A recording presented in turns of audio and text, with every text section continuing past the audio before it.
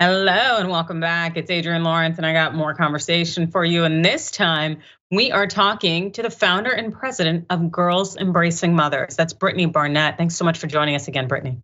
Thanks for having me. Yeah, so as I understand, there's been a new report that you all put out detailing a shocking lack of data collected as it concerns incarcerated parents. Please tell us more.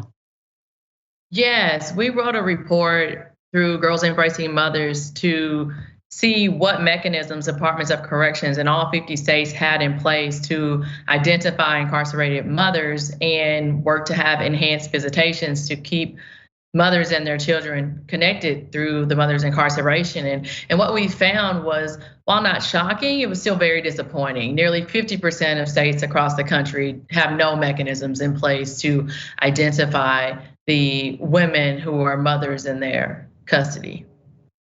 So when you say they don't have the data to identify, by that, do you mean that they are not logging who is of the incarcerated population that has children?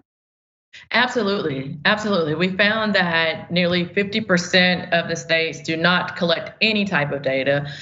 Maybe 12 states didn't even respond to our inquiries. 22% of the states could confirm that they do collect information on the number of parents in their custody with children. But then there was a troubling 18% of the states felt that they did collect data, but they felt the data was unreliable because it was self-reported by the women. And I don't necessarily know why that would be unreliable, but I do understand in terms of data collection, although the verification out there should exist in some manner. But in terms of understanding that fuller framework of what would having this data help us do? Yeah, so there are an estimated 5 million children in America who've had an incarcerated parent, but that's a conservative estimate.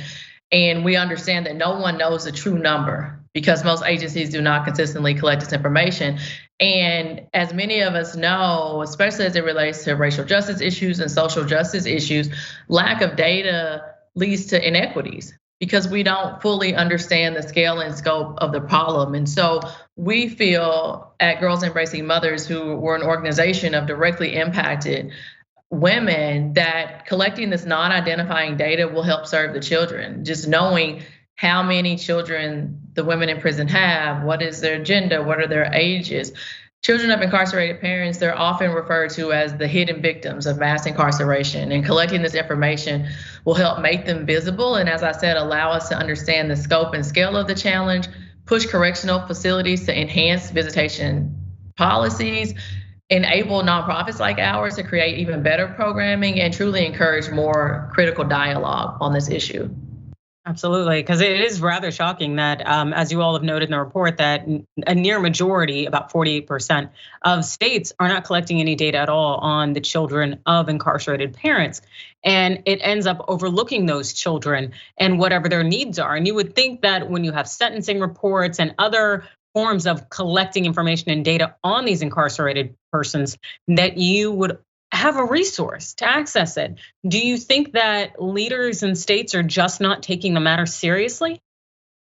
Absolutely not. I think that they are completely overlooking this issue and this unique population of children with incarcerated parents. The number of women who are incarcerated in this country has skyrocketed over the past 3 decades. And I know from personal experience of having my own mother incarcerated, it is devastating to have any loved one in prison. But when it's your mama, it is a primal wound. And of course, this data is not the only solution, but it is one step, and it's an extremely critical step. We know from the community we're a part of justice impacted people, that children with incarcerated parents, they have a unique set of issues, and there's this trauma that's caused by maternal incarceration. And we want to be able to help our own program and other programs out there like ours to provide programming and services to help reduce that trauma associated with maternal incarceration.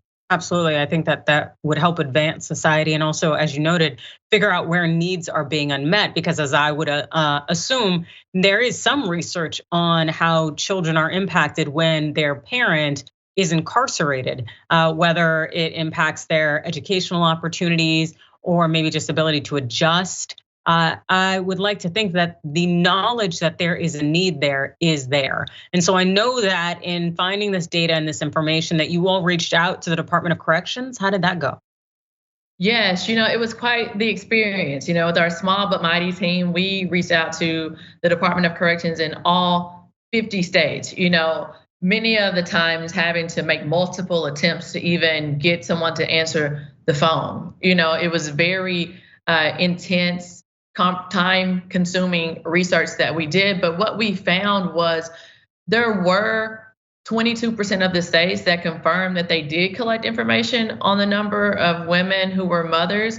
And what we found was in these facilities, they were more likely to be partnering with nonprofits like Girls Embracing Mothers to keep parents and their children connected. But again, we did found a very troubling stat that nearly 50% of states in this country do not collect any type of non-identifying information for the women. And it's just very, very troubling because being connected to your parent, to your mama, it's a human right. Absolutely, without a doubt. And especially as I know that this lack of data in this issue largely disproportionately impacts Black families in particular, and Black people who we know are incarcerated at higher rates, and the injustices within the quote unquote justice system.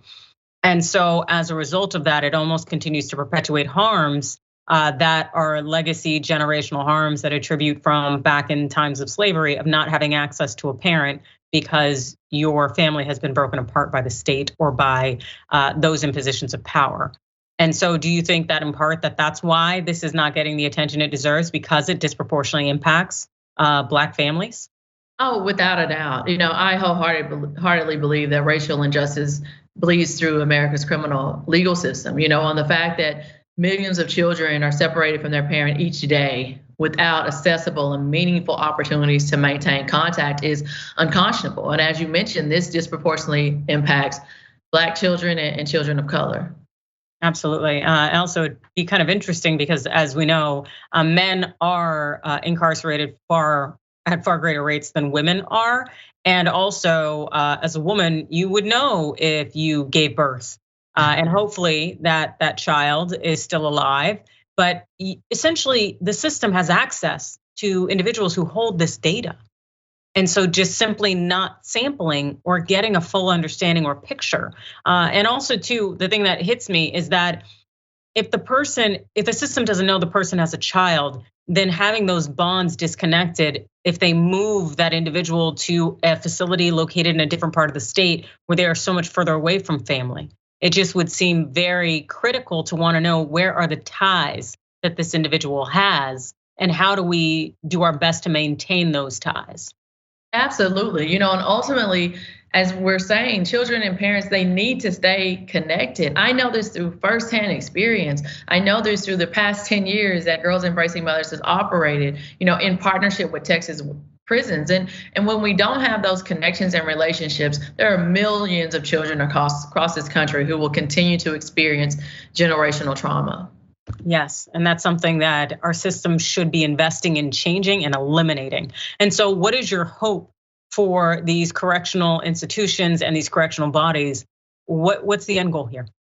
Yes, our hope is that they will start to put children of incarcerated parents at the forefront and understand that it's all a part of the rehabilitative process. With programs like ours that work to keep mothers connected with their children, it's good for the entire family, but it also helps reduce recidivism with the mothers, and so there's this holistic approach that has to be at the center of transforming this criminal legal system, and keeping children connected with their parents definitely needs to be a priority. So we're hoping that these facilities really take that to heart, really work to enhance their visitation practices, and truly understand how important it is to break the cycle of incarceration and build that bond between parents and their children.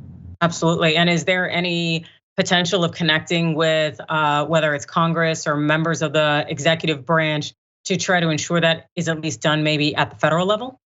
Absolutely. We feel that this is an issue at the federal, state, and local levels, and we hope this report is just a first step and a catalyst to being able to shine a very, very bright light on this critical topic. Absolutely. And I really want to thank you for all the work that you do as the founding individual, as well as the president of Girls Embracing Mothers. And so, even though we just have a few minutes left, can you tell us what you are working on moving forward that maybe people can get involved in or should look forward to? Yes, with Girls Embracing Mothers, we are really working to create a safe space for women and girls who've been impacted by maternal incarceration. We are based in Texas, and I'm so excited to announce that we will be expanding to other states in the South, primarily starting in 2023. And so, really working with people in communities in Mississippi and Tennessee and Arkansas and Alabama to really get the message on the ground, but then also to really build a community to, most importantly, drive impactful change.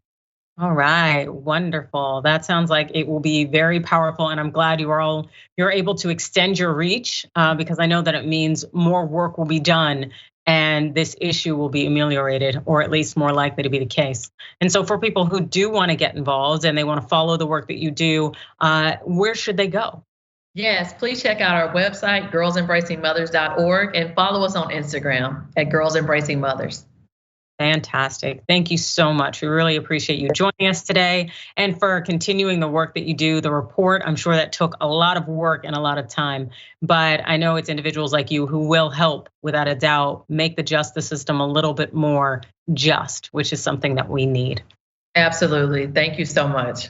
Excellent. That is Brittany Barnett, founder and president of Girls Embracing Mothers. Thank you again for joining us, Brittany. Thank you.